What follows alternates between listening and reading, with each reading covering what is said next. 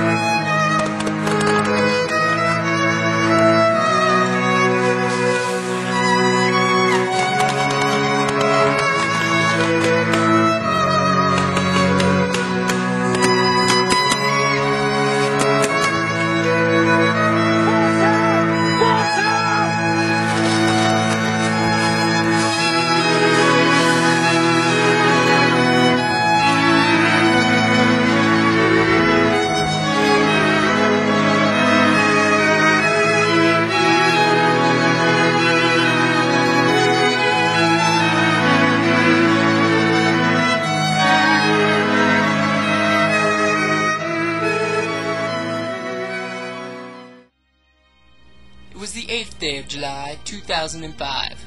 Two armies found themselves fighting in one of the bloodiest and most grueling battles of our time. Easy Company hailed from the northern regions of Hollidaysburg, Pennsylvania, and Foxhound made their way from the southern side of town. They battled in the wooded area known as the Black Forest. When it was all over, nothing would be the same again. Our division of Foxhound Unit made our way into the forest on July 6th. Little did we know that the first shots would be fired in just 2 days. It was a very stressful time for the guys, lots of uncertainties about our orders, as well as the location of the enemy. We camped out on the southern side of the Furic River and waited for our orders to arrive. The men were ready to go at that point. We just held our position and got a little bit more familiar with our surroundings. The day before the attack, we got word of a possible enemy advancement. All of us were on edge already, so we were really prepared for anything.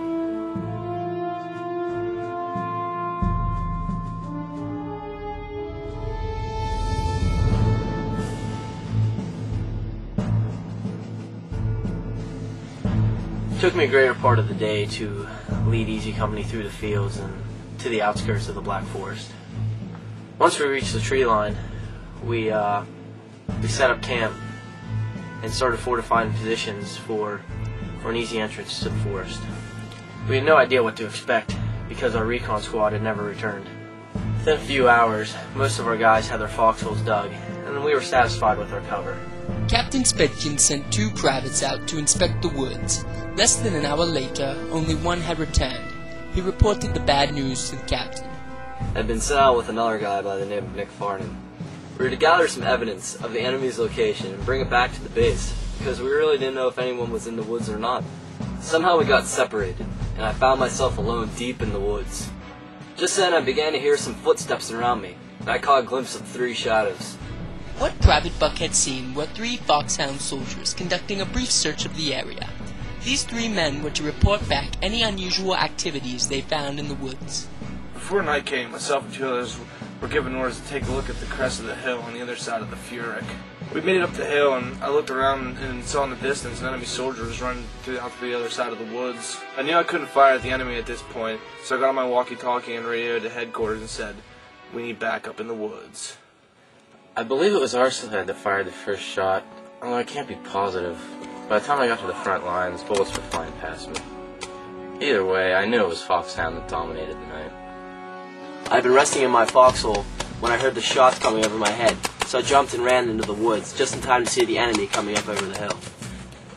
I picked them off, and then moved away to the other side of the hill and joined the rest of the men. As I remember it, after the initial skirmish in the forest, it was silent again up until dawn, but each side knew that the others were in the woods, and let me tell you, it was one terrifying night. As the night went on, the action died down. Each side took advantage of this break and rested back at their bases. They would need this rest because in the morning, these men would be in for the fight of their lives. I'll never forget that morning. We had 3 of us in a small fortified area we had built a few nights earlier.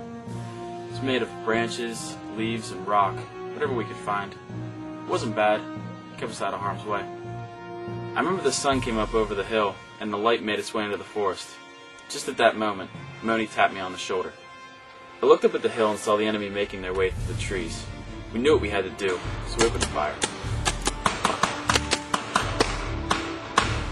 As soon as they shot at us, we shot back, and it took off from there. From the top of the hill, we laid down some heavy fire into a single enemy fort. We really thought we had them pinned. And all of a sudden, we had a couple men drop. Tide shifted. We saw some enemy reinforcements coming up by the Furyk, so we decided a retreat was necessary. We were lucky enough to regroup at our base without being pressured. At that point, the members of Foxhound were just happy to be alive. We couldn't believe we managed to fight them all off. Foxhound was given orders to set up their defense bunkers and wait for a possible second attack from Easy Company. When all of us in Easy Company got back to the camp, we talked over the situation. We decided the best bet was to attack their base head on. We thought we had the numbers at this point, and figured we had a pretty good chance of coming out on top. Through the night, recon gathered that there's some trenches built on the northern side of the Furyk. If we could destroy those, the supply routes would be cut off. But to our surprise, the enemy wasn't there anymore. It seemed as though they had packed up and left in less than an hour. The only thing left was a single tent. Easy Company had walked right into a trap. Just at that moment, Private O'Connor was shot in the leg by a Foxhound sniper on the hill. Captain Spedkins gathered the men and headed for Keller. We knew we couldn't afford any more losses, so we all ducked behind any cover we could find. We returned fire immediately and continued to fight for at least 10 to 15 more minutes. At this point, I heard a voice about 20 feet to my right. It was Sloppy Eric. It's spent. I'm out of ammo. What should I do? I'll never forget what he said to me and the rest of the guys. He said, "Men, we're gonna charge them." The feeling we had was incredible. Pure adrenaline, pumping through our veins. We didn't know what was going to happen. It's really amazing that our whole crew wasn't wiped out completely.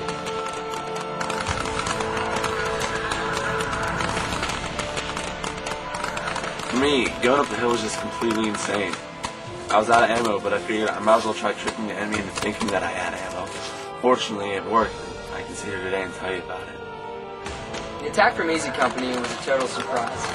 We had no idea that they even had enough manpower to initiate such an attack. I mean, the whole thing, it was such a shame. It just fell apart. After the charge, we knew it was over. We just had to accept our defeat. We lost a lot of good men out there. A lot of good men.